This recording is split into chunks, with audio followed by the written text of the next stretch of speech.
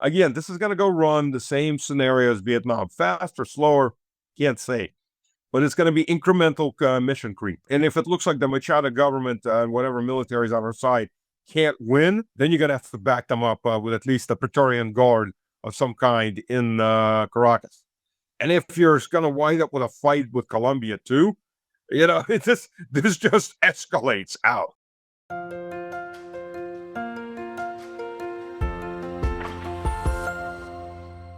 Hello everybody, Pascal here from Neutrality Studies, and today I'm talking again to Stanislav Krapivnik, a former US Army officer, supply chain executive, and military political expert.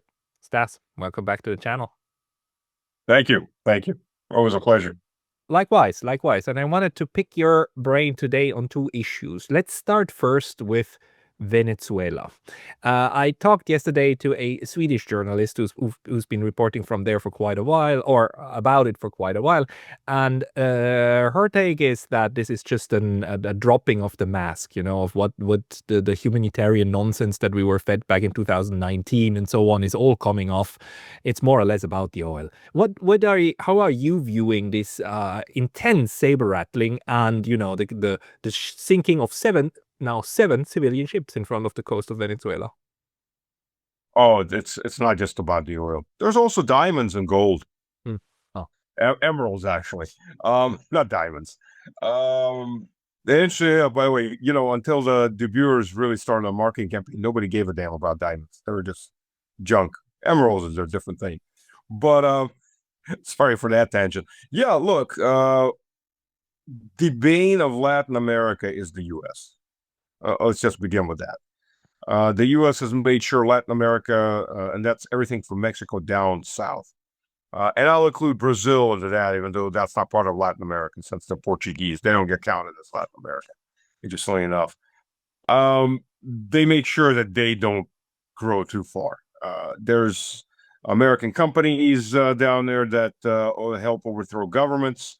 The governments get too nationalistic, and then suddenly decide, their resources are theirs, and they need to develop their own economies. Then they usually get tossed. There's the U.S. Marines have been invading those areas. Well, I'm sorry, coming into help those areas since the 1910s, 1900s. Even earlier than that. Even if you go down the Panama Canal, Panama, after all, was Colombian. That was all Colombian territory. The U.S. wanted to build the Panama Canal. They just wanted to build it on such a cheap basis that the Colombian government said no. And instantly you get a revolution. And there's an American ships that just happen to be near Colombia, American dreadnoughts that opened fire on the Colombian army that was heading up the isthmus to stop the southern Panamanian rebellions. And you get a separate Panama, and it sells the territory for pennies. So this is a process that just keeps repeating and repeating and repeating. And we're just seeing another iteration of this. And by the way, it's now not just Venezuela, it's also Colombia. Because the last boat that got hit, the Colombians came out and said, look, there are 2 Colombian fishermen on there. These boats are getting destroyed fully. So never mind, it's illegal. It's murder. It can be counted as a declaration of war because you're killing the civilians of different nations. They killed a couple civilians from Trinidad. Maybe they're drug runners. Maybe they're not. But you don't arrest them. You don't search their boats. You just blow them up. So who or what they are, who knows? The first boat was 11 people. They're racing in a speedboat, delivering drugs to the U.S. First of all, if it's cocaine or anything like that, where's the room for the cocaine when you got 11 people on a boat? Obviously, they're not going out to deliver cocaine. You normally have like 1 or 2 people and the boat's packed. Second of all, they're not. Most of that comes from Colombia, and it runs up the Pacific coast, not the Atlantic coast. Second, they're running fentanyl. Okay, well, first of all, they're running from 2,000 kilometers away. Why? Fentanyl's cooked. It can be cooked in any basement. Cocaine actually is a plant that has to be harvested, has to be processed. So it's going to be close. You do the process like any industry. You do the process as close as you can to the resource, right? Save logistics costs. Fentanyl can be brewed in any basement. And you know where most of the fentanyl gets brewed? Probably within 10 kilometers of the U.S. border. Because let's not forget there are Mexican cities quite literally on the U.S. border. It gets brewed.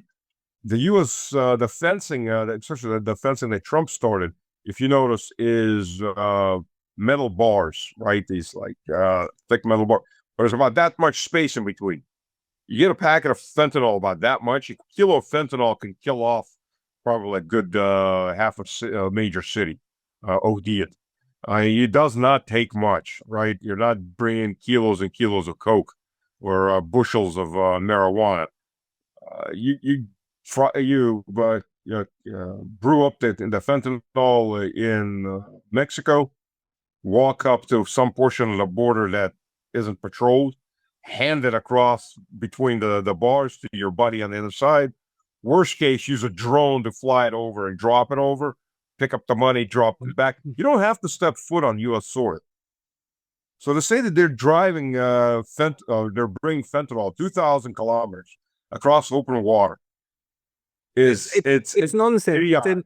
Yeah, but if it's that obviously a excuse nonsense in order to justify the Department of War's like firepower in that region, then the question is like, what's the real agenda, right? And at the moment, everybody's expecting that there will be some form of decapitation strike against the Maduro regime. They didn't manage to oust him in 2019 with all of this what was his name? Juan Guaido business. The indigenous kind of uprising, NGO uprising, color revolution failed.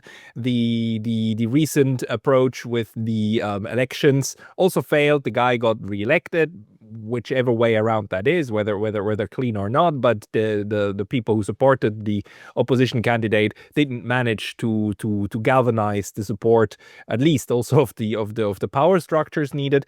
And now, after we've seen how the United States and Israel treated every single government in the Middle East or West Asia, the supposition is very close that we're going in for that the United States is going to go in for a physical regime change after having also put $50 million bounty on Maduro's head. How do you see that one? Is this what's building up? That's exactly what's building up. Rubio has a hard-on for revolutions. He's been pushing them in Latin America because his family had to flee Cuba because of Castro, which is kind of true because they fled while Batista was in power, and they fled because his father was a revolutionary who got tortured by Batista. So yeah, there's a few little details that kind of whack the U.S. supported Batista, from Marxism, the story. Cocaine Rubio. By the way, do you know why he's called Cocaine Rubio? Why? They don't call him that anymore, but that was his nickname. Well, his sister, he used to live with his sister when he was a teenager. And his sister's husband was a cocaine cowboy in the 80s. So they were moving in massive amounts of cocaine into the U.S. So his brother-in-law, and he was working for his brother-in-law. His brother-in-law gets busted. Something like $50 million of cocaine in the house that he's living in. Goes off to jail. He's out now, and he's a massive Rubio supporter. Rubio gets off that he didn't know anything about it. I think he was 16 at the time. But that kind of stuck with him after that, Cocaine Rubio. Family relations and all that. So whether or not he had any kind of connections, I don't know. But, it's kind of hard to say, you're living in your sister's house and you don't know that your brother-in-law is one of the major cocaine dealers or importers in Miami. No, come on, Stas. He liked baking. I mean, you need a lot of baking soda in order to make all those delicious breads. No, absolutely. Let's give him the benefit of the doubt. But some people put sugar in their coffee, others snort it. It's different choices, different strokes for different folks, as they say. If you look at the military setup, the force that you have in place, you have four rocket missile destroyers. Arleigh Burke. You have one cruiser, missile cruiser. You have two transport ships. You have one marine lander, which is also a aircraft carrier for helicopters. You have a submarine. I'm not quite sure why you need the submarine, but you've got you've got the pseudo stealth coastal littoral combat ship. It's a coastal ship um, for close coastal combat. You've got 10 F-35s base close. You had B-52s flying by. Now, what the B-52s fire? Then I got to drop iron bombs this time. They also fire Tomahawk missiles. They'll have a canister, well, not canister, but a carousel of Tomahawk missiles that they can fire out. And you've got about 4,500 Marines. What you're not seeing is mass mobilization of heavy divisions in the U.S., which tells you that, of course, there's no plan to outright invade Venezuela, because 4,500 men are not going to take Venezuela. Venezuela has an army of about 1 million plus militias. So you're obviously not going to do that. But Latin America has a very good tradition, well, good in quotes, of military personnel overthrowing elected governments or not and setting themselves up. That's an old Latin American tradition. That half these guys are paid off or bought by the big northern neighbor. Yeah, that happens all the time too. So you've got a force that's good at what? And you've got a force that's good at one, decapitating a government. Two, maybe dropping off enough Marines to support a counter candidate, replacement candidate. But then only if a good chunk of the military is on her side. And you've got a force that's good at grabbing the oil assets that happen to be offshore. So you got the various oil platforms, you've got pumping stations onshore, and so on. So you could secure that equipment. Sorry, can I just jump in there? Like I wasn't aware. So Venezuela has offshore oil drilling and so on, and this is something that is obviously very vulnerable to this kind of force. So the U.S. could just go and take that part and then block off the coast like a military blockade. That kind of scenario. Well, they can only do that without looking like absolute bandits. You know, like how they look in Syria. Where they've stolen like $150 billion worth of oil over the last 7-8 years. They can only do that if they are invited. And Machado has already flat out said, the moment we come in, it's all yours. Absolutely, everything's yours. We'll take the last shirt off of everybody's back to give it to you. It's all American corporation. Yeah, but they're all of it. The beauty about that is she doesn't even need to get in, right? As soon as the United States says we recognize you as the president in exile, and then you invite us to your oil platforms, then if there's terrorists there who defend it, then we kill them and we'll take it, but we were invited, exactly. Right? So it's quite pretty actually, yeah, in how you can legally rationalize it. We're not stealing. We're defending the key assets of Venezuela that is now run by a Nobel Peace Prize winning strumpet or Quisling that we've just set up in the power. Right. Well, of course, there's one little caveat to that. Even if several generals come over to her side, and probably some will, even if a chunk of the military comes over, not all the military is going to come over. And if I was in Maduro's position right now, well, one, I wouldn't be too obvious where I'm at. But by this point, I'd be setting up depots and bases in the jungle and mountains all over the place. Arms depots, ammunition, supplies, and making sure at least the militias and at least some of the military is already spread out into the jungle and the mountains, awaiting the U.S. Because the only way Machado, if you play this right, the moment Machado comes into power, you've got a civil war. Right. And the only way a person like Machado stays in power for any length of time is going to be with foreign backing, a lot of foreign backing. And that foreign backing sooner than later is going to have to start taking the form of military foreign backing. Granted, the U.S. can somewhat hold the oil they can hold the oil platforms offshore. They can hold somewhat the oil infrastructure onshore. though you could guerrilla attack it constantly, special mortar rounds, drones, things like that. What your job would be is to pull the U.S. in as fast as you can. If you look at the Venezuelan border, we're not even counting Colombia. So Trump's now bucking with Colombia too. But if we just look at the Venezuelan-Colombian border, that's the same length as, I'm sorry, the Venezuelan-Brazilian border. That's the same length as the U.S.-Mexican border. And then you get the Colombian border. And it's all jungle and mountains. You cannot control it. You have without having a lot of boots on the ground, and then you can barely control that. Why does this sound so eerily familiar to like Vietnam? Like, it was like I had this discussion yesterday too with Kaiser Ekman. Can they be that dumb? Because that's exactly how it went about in South Vietnam, right? You start with a few advisors and you end up with like 50,000-60,000 troops, boots on the ground, and you have your ass handed to you in a civil war that killed 3 million. Well, let's begin with how Vietnam started. Yes, of course, Vietnam. I'm not even going to go into Tonkin incident, which absolutely not only was it not just exaggerating, it never happened. There was never any ships in Tonkin. Nobody shot at anybody. That's just made out of whole cloth.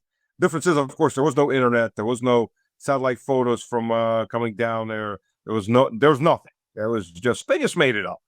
The U.S. had advisors on the ground training the South Vietnamese. The Viet Cong was fighting the North Vietnamese, which are two different entities. They shouldn't be confused.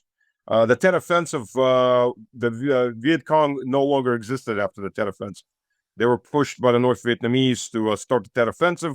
They left the jungles and moved into the cities, and they were exterminated by the South Vietnamese or by the Americans. And the North Vietnamese did that on purpose because they knew they were about to win the war, and they didn't want to have another political force that they'd have to deal with. So they pushed them into basically a suicide mission. But at that point, at the beginning, the Viet Cong was effective enough. The South Vietnamese were having problems handling it. So the South Vietnamese, the U.S. moved one battalion of Marines from Okinawa to guard a strategic Air Force base, South Vietnamese Air Force base. It was also used as a supply base to allow the South Vietnamese to go fight the Viet Cong. The Americans landed there. Everything was pretty chill. They didn't have any problems. They started doing patrol. This is called mission creep. It's okay. So now we're guarding this base. What's in the jungle? Let's start doing perimeter patrols. Okay, so we're doing perimeter patrols. Everything's pretty cool. We're not having any problems. What else can we do? Let's go a little further. So they start expanding their patrols out. Now they start having contact with the Viet Cong, which is in the jungles a little further. The Viet Cong's avoiding the Americans. They weren't shooting at them, but they were fighting the South Vietnamese. But the Americans start popping up on the Viet Cong's paths. They start having engagements. So the Viet Cong lost a few engagements. They took a step back. They're watching the Americans. They're figuring them out, and then they start attacking them. And then the colonel on this Air Force base is screaming bloody murder. We're about to be overrun and exterminated. Save us now. In comes the rest of the brigade. So now you don't have 400 people on the ground. Now you're getting, or 500 people on the ground. Now you're getting up several thousand people on the ground. But now you're engaged in the war. So mission creep. Okay, let's do whatever we can. We can. And suddenly you got Westmoreland. We're winning the war. We got 60,000 guys on the ground when we're not winning the war. That's why the United States learned you must not have your own boots on the ground more than a couple of contractors. What you need is a willing proxy force to fight it for you so that you don't have that sort of mission creep, right? You pull a Ukraine, not a Vietnam. But if we look at Venezuela, is that realistic? Is there any usable proxy unless there's like a general or something who's already on the payroll and just waiting for the signal in order to take his guys? Well, first of all, did the U.S. learn that lesson? We've got 19 years in Afghanistan. Did the U.S. learn that lesson? We've got the U.S. still in Iraq, with the Iraqi government screaming many years already. So supposedly a democratic, like American back. Well, who doesn't want American backing? Has been saying for years, get the hell out of our country. The U.S. is still in Iraq. It's not as major of a force in Iraq, but it's still there. The U.S. is in Syria. How much did the U.S. learn any lesson? The U.S. was in Lebanon. I mean, for God's sakes, the U.S. does not learn. Because if you look at the generals that you have in the U.S., particularly the last 30 years, they are certified idiots. Look at, I was asked on a Russian political talk show about a month ago, like, why are all the smartest officers in the U.S. At colonel rank? Because those colonels aren't ever going to make general because they refuse to kiss political ass. They will not be yes men. They're actually doing their job. They're talking truth to power. Nobody wants that in power. They want yes men. I said, go. I don't give a damn what the consequences because I want to go. That's the Trump approach. But that's not only that. Trump's just more vulgar and open about it. If you think Clinton or Obama or Biden or Bush were any different, they all want yes men. They get a crazy idea or their handlers get a crazy idea. The military has to go, okay, sir, no problem. We'll kill who you want us to kill. We'll go blow up who you want us to blow up. We'll go shove troops in wherever. Yep, you're brilliant. You're great. How long do I have to retirement in my big contracts that's going to earn me a couple $1 million working for as a director of a company or being on CNN? Got it. Yeah, but everything's great, sir. But what would be? I fail to understand the urgency or necessity for this because on the one hand, yes, I see the oil and I know how much Trump loves the oil and he talks about the oil all the time, but the United States is fracking. Oil is not a strategic problem for the United States. They've got enough of it. And even if you've got these oil platforms that you can somehow defend, if you don't get inland and so on, I mean, the best thing you can aspire to is kind of strangle it, right, until it stops moving. But that's a pretty high gamble that you manage to pull that off within a reasonable time frame, because otherwise you're going to run out of steam. I don't see what the necessity is of like crucifying Venezuela even more. Okay, well, first of all, let me correct you a little bit on that. It's not fracking, it's shale oil. Fracking is a process that's used in any oil well, except for when you actually have just a giant reservoir of oil like you do in Saudi Arabia or you do offshore in the north in Russia, which I was supply chain director in Halliburton for Eurasia as we were supporting the one Wildcat well that Exxon and Rosneft drilled north of Astrakhan offshore, and they found a gigantic amount of oil, light sweet crude. It's just been packed away, waiting for future development. And there's about $1 trillion worth of oil just in that area, north of Astrakhan. Fracking, what happens is oil comes up out of the ground. Oil is not dinosaur poop. Coal is an actual fossil fuel. Oil is not a fossil fuel. It got labeled as fossil fuel back about 120, 130 years ago to make it look like it's rare. Oil is everywhere in the world. The difference is, because what you've got is between the crust and the mantle, you have a layer of methane under massive pressure and heat. And it's been replicated in the laboratories. If you put methane under massive pressure and heat, the molecules rejoin and you get oil. Oil pops up through the crust. And it will continue going up until it hits the surface or until it hits a layer of soil it cannot go through. What's a layer of soil it cannot go through? Granite, marble, salt domes. Areas like that, oil builds up. So you get economically feasible areas of oil.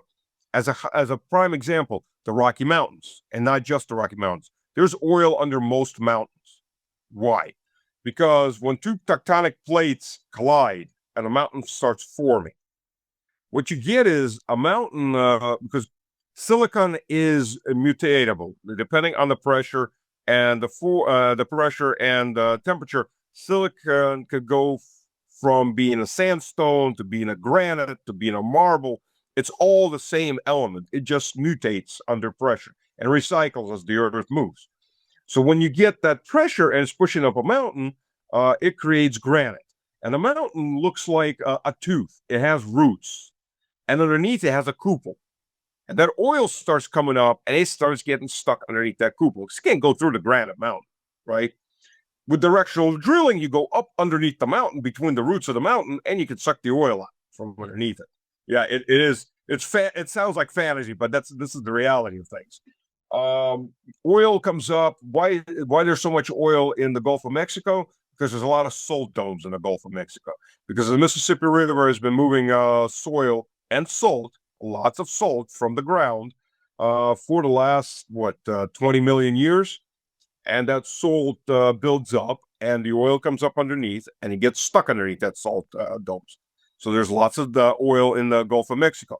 Oil comes up there. If you've ever been on the beach and you've seen chunks of asphalt, that's natural oil coming up in the ocean or on some large sea. It's lighter than water, so it's floating on top, is getting cooked by the sun. It solidifies into a natural asphalt, and then the water throws it out on a beach somewhere. Oil is everywhere. The problem, so fracking, what you do is once you've drilled your hole or drilled your line to about the area where you think the oil's at. You put the pipe down with the centralizers. You've cemented it all in. So you got this nice pipe in this nice drill hole. That's there, but you're not getting any oil out of it. Obviously, it's just a pipe in the hole. You get down to a level where you think the oil is. You put a cap underneath. You put down a shaft with explosives, and they kind of like shotgun shells, and sometimes it's acid also, and it shoots through the pipe and through the cement into the subsoil. So you're making holes. Then the fracking part is you hyper pressurize it, right? So the pressure builds up and it cracks the subsoil. Then you under that pressure, you shoot very, very super fine sand. There's natural sand and there's artificial sand, depending. Natural sand's expensive. I mean, this is micro sand. It gets into these shells and these cracks. And when the pressure drops, the ground settles, but there's now a layer of sand. And sand is porous. And then the oil comes through that and goes into the pipe and then gets pumped out. That's fracking. Fracking is everywhere, and you use it. The difference is with shale oil, you use a lot of fracking, and it's not that deep, which, by the way, also poisons the well water because the chemicals that are used, and there's just so much fracking. Well, the problem with the U.S. is, one, shale is not a long-term investment because while a regular well may function for 10, 15, 20 years, some for longer, 30 years. You get occasional well that the natural pressure runs out, or it never existed enough to pump. But now there's different technologies that you can repressurize, or you can have uh, um, motors that kind of like a propeller that pushes the oil up. So there's different technologies now to get the oil out of the ground. And which, by the way, the empty oil wells start refilling. That's a phenomenon that's been noticed for a very long time as they started filling. Originally, when you got oil, the way you drilled for oil is you drove your wagon up to this big giant lake of oil. You got the barrels out, you got the bucket out, and you just start filling the barrels. That's how you got your oil. The lakes dried up, obviously, and you got the dead dinosaurs out of there too. They have sunk over the millennium, and then they started digging for oil, which got a lot of people killed because they digged and hit it and flooded in. Literally, a guy with a shovel would be digging for oil, 2-3 meters in the ground, and if they didn't get him out soon enough, he just drowned in oil. So then they started banging for oil because the wells. Yeah. They didn't get to the drilling until later. They just have a big sledge and just banging the ground down, banging the ground, trying to break up. But the deeper you had to go, the more technology you had to get. So the easy stuff, the low-hanging fruit, it went pretty fast 140 years ago. And then you started having to figure out where else and how to get to the oil because the oil is now deeper and deeper. The shale oil, the problem is first of all, it's these layers, the huge layer areas. So you're putting lots of different wells, but they're all feeding up the same area. It's not that much. The pressure and the volumes, they collapse on an average of 18 to 90% per year.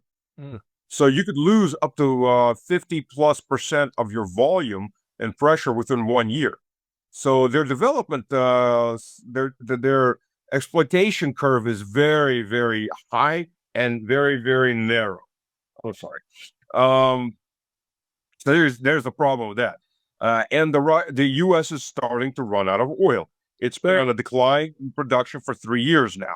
That's one problem. The second problem is the types of oil. The types of oil, why the U.S. continues to buy oil from Russia. Well, the refinery set up in Texas, like Beaumont, Texas, on the border, Lake Charles, Louisiana, Lafayette, Louisiana.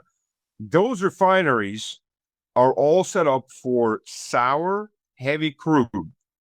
There are only 3 places in the world that produce sour, heavy crude: Venezuela, Iran, and the Russian Ural Mountains.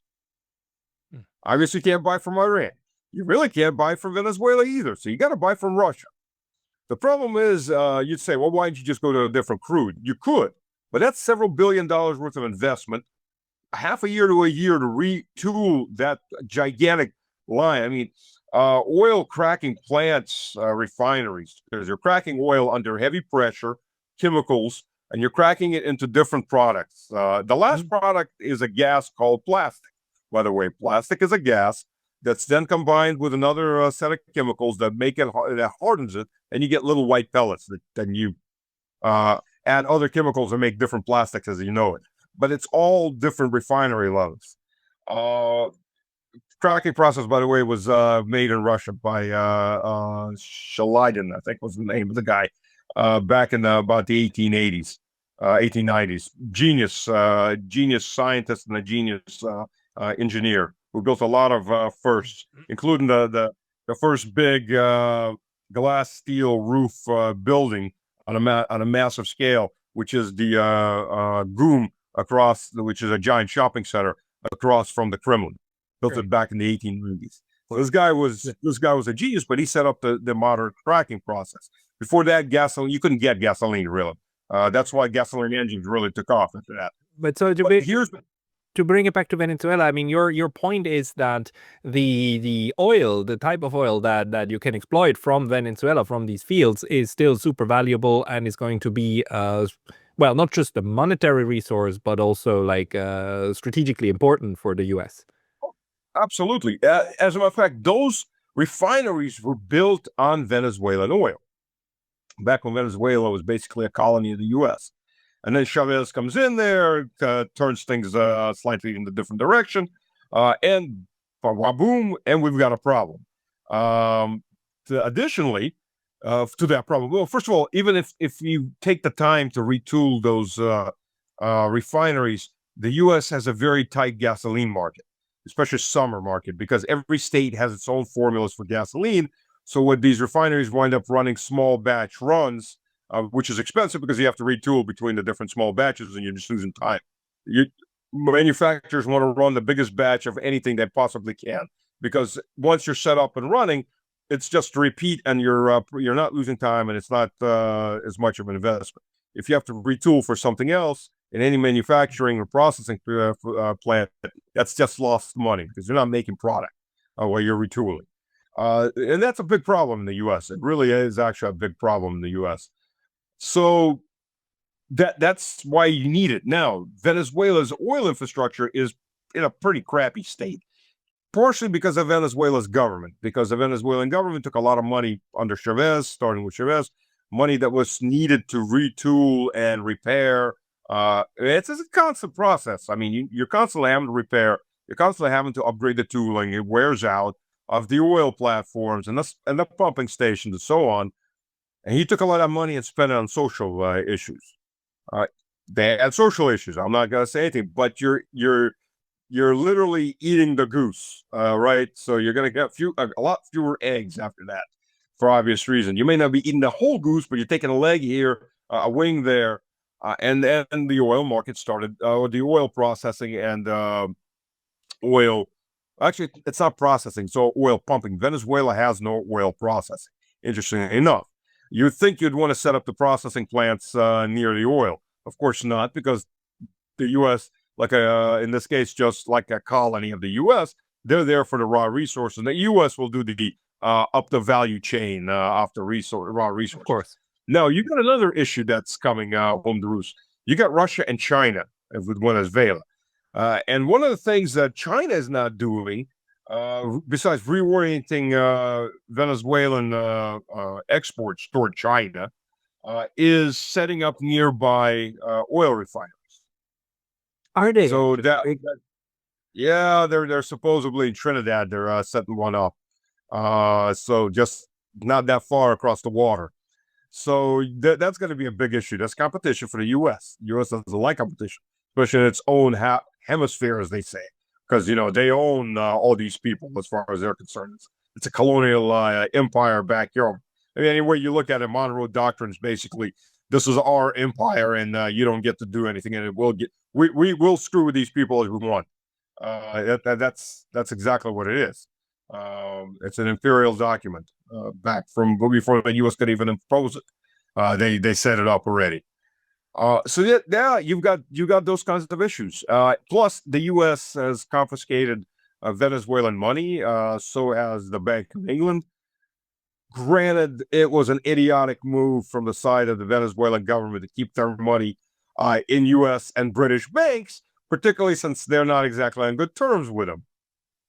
Yes, they made very stupid moves. But the fact of the matter is, their money's confiscated, money they could have used to upgrade the oil industry. So even if the U.S. comes in, it's got to bring in a lot of specialists, a lot of equipment. It's not going to be an instant, let's start pumping oil at the volumes we need. It's going to take about a year to 2 years of maintenance, refurbishing, or replacement of equipment. Which is why, like in terms of the military operation that seems to be underway, what you need is to really get Machata in, right? You need a proper regime change in order to have the ground ready to be for everything to be extracted over time, and Venezuela being integrated then into the production scheme of the United States, right? So anything short of a proper regime change, including a civil war, won't really serve that purpose. Although a civil war is maybe the next best thing if you can just like in Syria, just clip off the important strongholds, right? So a civil war is kind of second best scenario from that twisted mindset. Well, if you're going after the oil, you can clip it off a lot easier because it is on offshore and onshore in the shore area. But if you're going after the emerald mines and the gold mines, well, now you've got a slightly different issue. Those are inland. Those are in the mountains and the jungles. Now you've got to go in there deep in. So you definitely need to have control over the government, and you have to have control over the countryside. Then there's the little issue of those giant open borders, not just because Venezuelans are out, or the opposing force is going to be out in the jungle fighting you. But now everybody that has a chip on their shoulder against the U.S., and that's both right and left, and they are millions down there. They have an open border they can go across and take a pot shot at American soldiers. But that's why it's very unlikely that any kind of significant number of U.S. soldiers will go in there, right? Apart from the contractors probably needed. Or do you think they will do it? Do you think it will be that dumb? They are that dumb. But They 4,500. I mean, there's nothing. I mean, you cannot be that dumb. Don't you think? Like 4,500 is a starter. This is not going to go overnight. This is going to get built up because now you're losing face. You're getting in is easy. I mean, getting into crap is always easy. Getting out of it and washing yourself clean is a whole different reality. Because now you've got people's reputations, you've got egos, you've got investments that are on the line. The U.S. Why is the U.S. choosing Venezuela? As a matter of fact, as Trump said, we will choose the wars we win. Right. Look, Afghanistan was a 19-year disaster. It was actually more 19 years. It was an absolute disaster. It made the U.S. and then the way the U.S. left was just a circus that was even worse. So it's a big black mark. Luckily for the U.S., the majority of Americans have about a 2-week memory, but the rest of the world doesn't. Ukraine is a disaster and a strategic defeat coming up, which is why the U.S. is dropping in as fast as they can on the Europeans and trying to back itself out of that strategic defeat, one way or the other. But the U.S. needs to reaffirm that it's not a paper tiger, that it's not the empire hasn't deteriorated that much. So they need to find a win, some win. This is a win. At least this is a win that the Washington elites are looking at as a win. This doesn't say have a general threat that backs whatever they say. They're going to just hear whatever their opinion is right back at them. Don't you think that the strategy could also just be to keep like, okay, you get the offshore stations, they're easy, and then you just start bombing, you just pull a Serbia, like a Belgrade. You just bomb Caracas, and whenever there's a new government formed, you just bomb them out again until submission. Because like to me, it seems that the last couple of years proved the validity of, drone and missile warfare. Neither Israel nor Iran were able to defend themselves from these things, so let alone Caracas. Do you think that it's going to be a boots on the ground strategy instead of just a very crude bombing campaign? Okay, so you got an average FPV drone, if even without retranslators in the air. You got an FPV drone that can go about 16 kilometers. So you've got facilities on the ground. How many FPV 500 or $1,000 drones can you fly into those facilities? Oh, a hell of a lot of them. And the U.S. military this summer in July, there was an actual advert. Come watch the U.S. military drop the first grenade from a quadricopter. Whoa! The stuff that's been happening for 3 years now on both sides. They finally cut up with dropping a grenade off of a quadricopter. The problem is everybody else seems to be running well ahead of that. So you're going to have FPV drones flying into those facilities day and night. And the only way you're going to be able to stop that is to have buffer zones. And those buffer zones have to be deep enough in. But once you have those buffer zones, you need military facilities. Because you can't keep the troops on transports offshore indefinitely.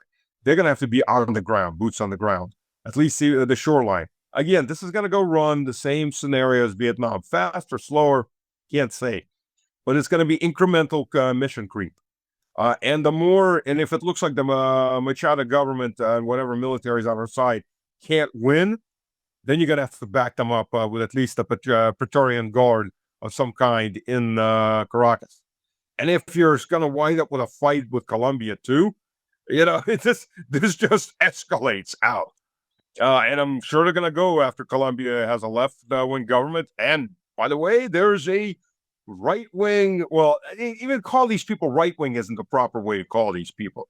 We're doing this left-wing, right-wing dichotomy. It's a dead dichotomy. You have a globalist versus a localist, which a nationalist or a globalist. Where you're basically having globalists right now. Machado is a globalist. Let's just begin with that. She's not right wing. She's not left wing. Because no right wing winger is going to go, hey, we're going to just give away all of our industry to some foreign country. They don't. They're going to go, okay, our companies, we'll set them up. We're running it. It may be a free market internally, but it's going to be our corporations. That's what right wing is right there. Or it'll be our oligarchs if they want to go toward a monopoly structure. It's not going to be, hey, let's just give it to a foreign entity or a couple foreign entities. That doesn't work either. So this globalists and localists, whichever economic system they choose, well, the globalists always choose basically the same system. Give us everything you own. Now, if they're going to go pick a fight with Colombia, and Colombia suddenly has this other Colombian Trump chick that's now saying, hey, we'll give everything to Trump and Colombia, put me in power. Instantly, she appears. The CIA pulls a file. Okay, what do we have? But we can pull out. So now we've got the same scenario being repeated in Colombia as of this week. Well, I mean, the Navy's in the place. It's not that far apart. It's across the border. Why don't we just use it and just go up and down? I guess they'll, I don't know. Maybe they'll try the same thing with Brazil now, too. It's slightly bigger problem. But it's just getting more and more obvious and more brutal the way that you try to do the good old colonialism. It's not neo-colonialism anymore. It's again like good old kind of, we're just going to put in that government we want with like military power. But, and this is the last thing I want to expand with you on, I am under the impression that the United States is seriously running short on firepower, especially since the Chinese said no more rare earths for you guys. And I looked up the numbers. I mean, the guesstimate out there is that there's something like that the Navy, which has the largest stockpile of Tomahawks, has around 4,500 of these things, maybe 5, maybe 6. And then the other services might also have a few thousand each. But the reproduction of these Tomahawks is between 60 to 90 per year. It's and it seems that Raytheon is not able to increase that, and the other one. Do you think that we are now running?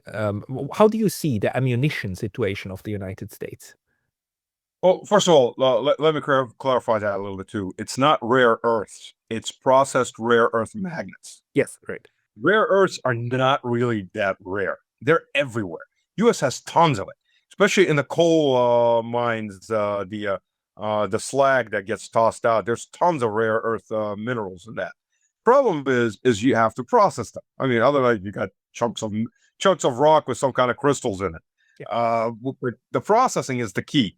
And the U.S. never really invests in the processing. It's big, it's expensive, and it's dirty. Right. And the U.S. prefer to buy from other people.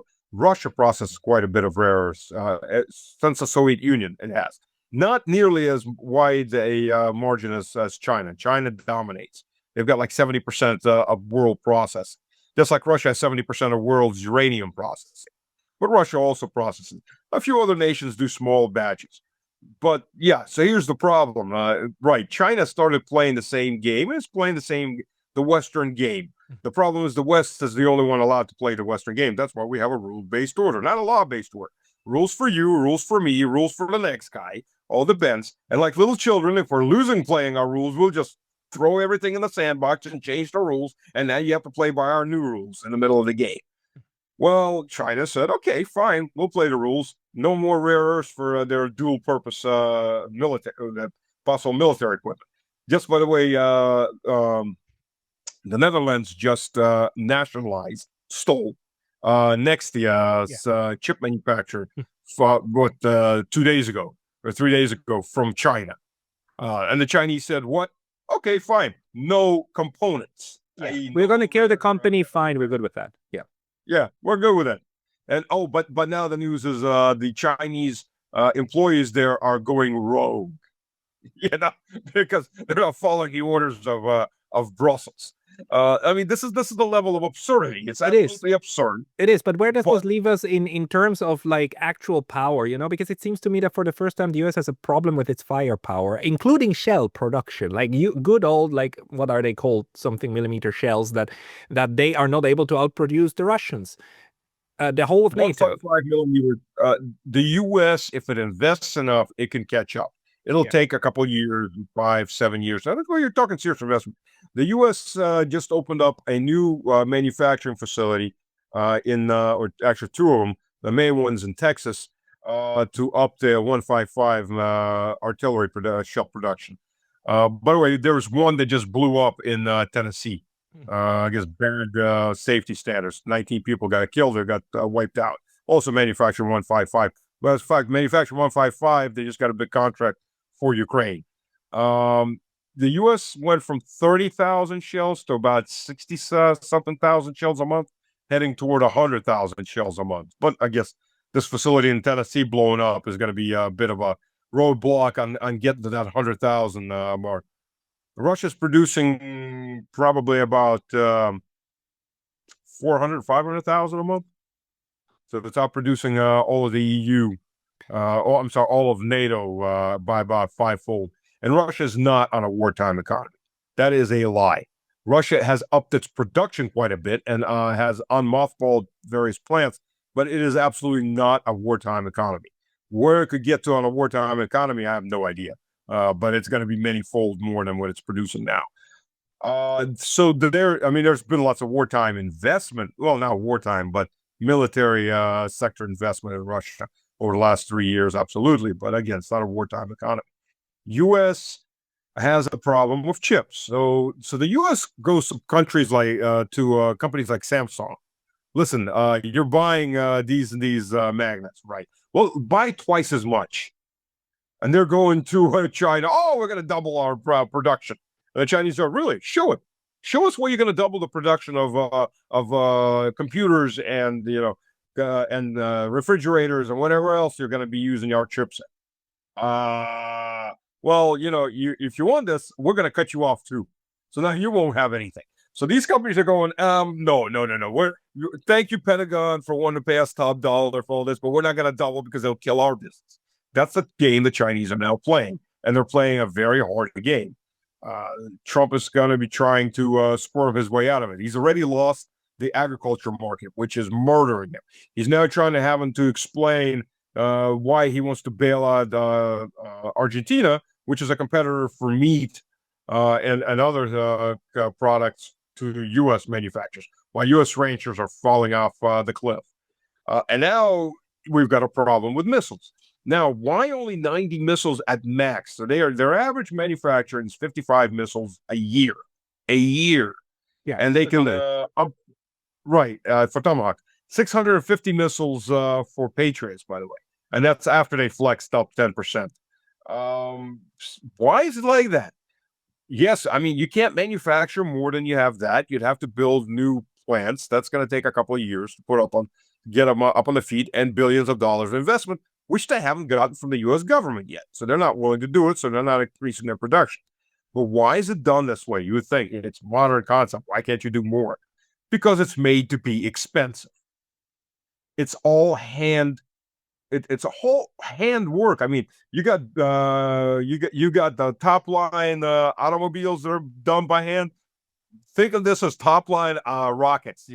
Premier rockets. We put it all by hand. We put the wood veneer on there by hand and so on. It's made to be as expensive as possible, to make as better profit as possible. The U.S. military industrial sector is not in it for the sake of the country. They're not in it for efficiency. They're in it for maximum income streams. I used to believe in a full free market, but then I don't. Well, and most things, yes, I still do. But there's key sectors that you cannot do that in. One of them is energy. Even if you have independent companies, they still have to be controlled so that to make sure the country has enough energy. The other one is the military industrial sector, because if you have government companies, their incentive is to produce weapons because that's their job. If you have a private company, their incentive is not to produce weapons. Their incentive is to produce income streams. Right. F-35 is a prime example. There are whole subsections of the F-35 that cannot be touched by military mechanics. They have to be touched only by and their mechanics at $500-600 an hour. So it's the same thing. You make these missiles as complicated, as painful as possible in small batches that run at high cost. You make a lot of money off of it. Great. So I mean, it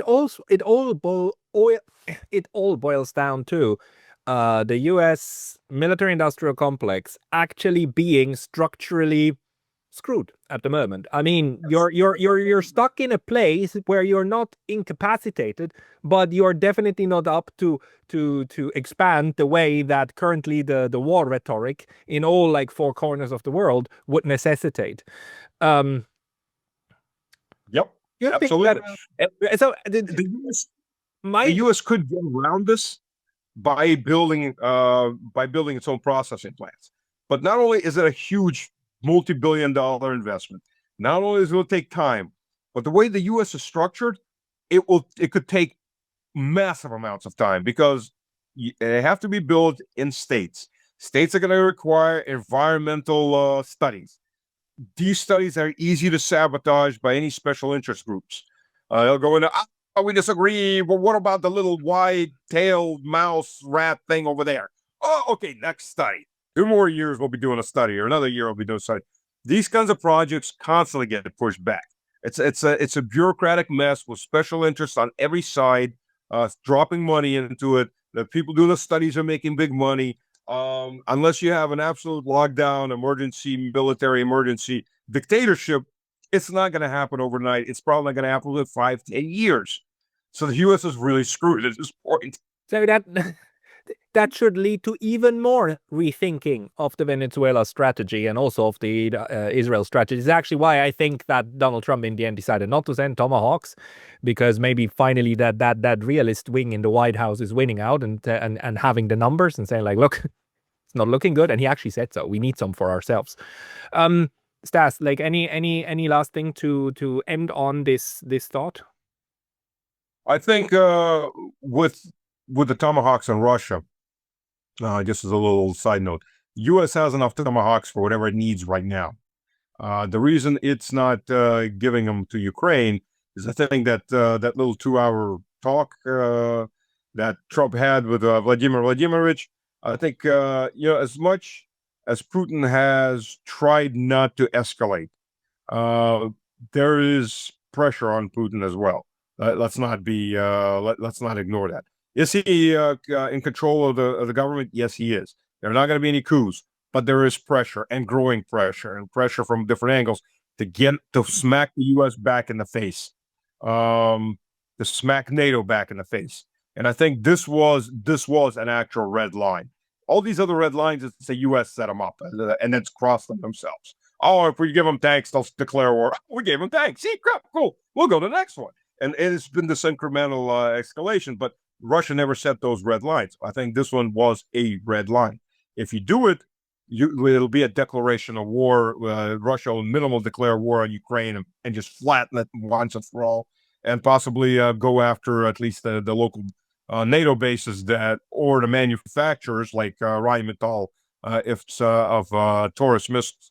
We'll hit them straight up, and we won't go nuclear. We don't need to go nuclear. We have Oreshniks, we have Zircons, we have Kinzhals, all these hypersonics that you can't stop. You can't even target them. They're going so fast, and they're maneuvering. And I think finally there was enough. Hopefully, I mean, Trump's the type of person that you never know what from morning to evening and day in and day out what his new idiocy might be. What he'll pump out in Truth Social. But for now, at least, it looks like it's been made adequately clear to him that this is going to be a massive escalation from both sides, and this will lead to a minimal of a declaration of war on Ukraine, and maximum to a possible full-scale war with NATO and nuclear war with the U.S. And that seems to have backed them off, and hopefully it'll stay that way. Europeans are pissed because they seem to really want a nuclear war, or not believe there could possibly be one, and of course Ukraine's pissed, but they don't matter. Well. I mean, you don't. I mean, who gives a damn about the satellites? At the end of the day, the worst thing they can do is bark. Anyhow, Stas, people want to find you. They should go to Twitter and find you also on your own YouTube channel. I've on X under Stas Krapivnik, on YouTube under at Mr. Slavic Man, Slavic with a K, not a C, and on Telegram. I've got 2 channels on Telegram. Stas Todaya Bratna is the Russian channel, and Stas was there is the English channel. I will put the links to these into the description of the video below. Stanislav Krapivnik, thank you very much for your time today. Thank you.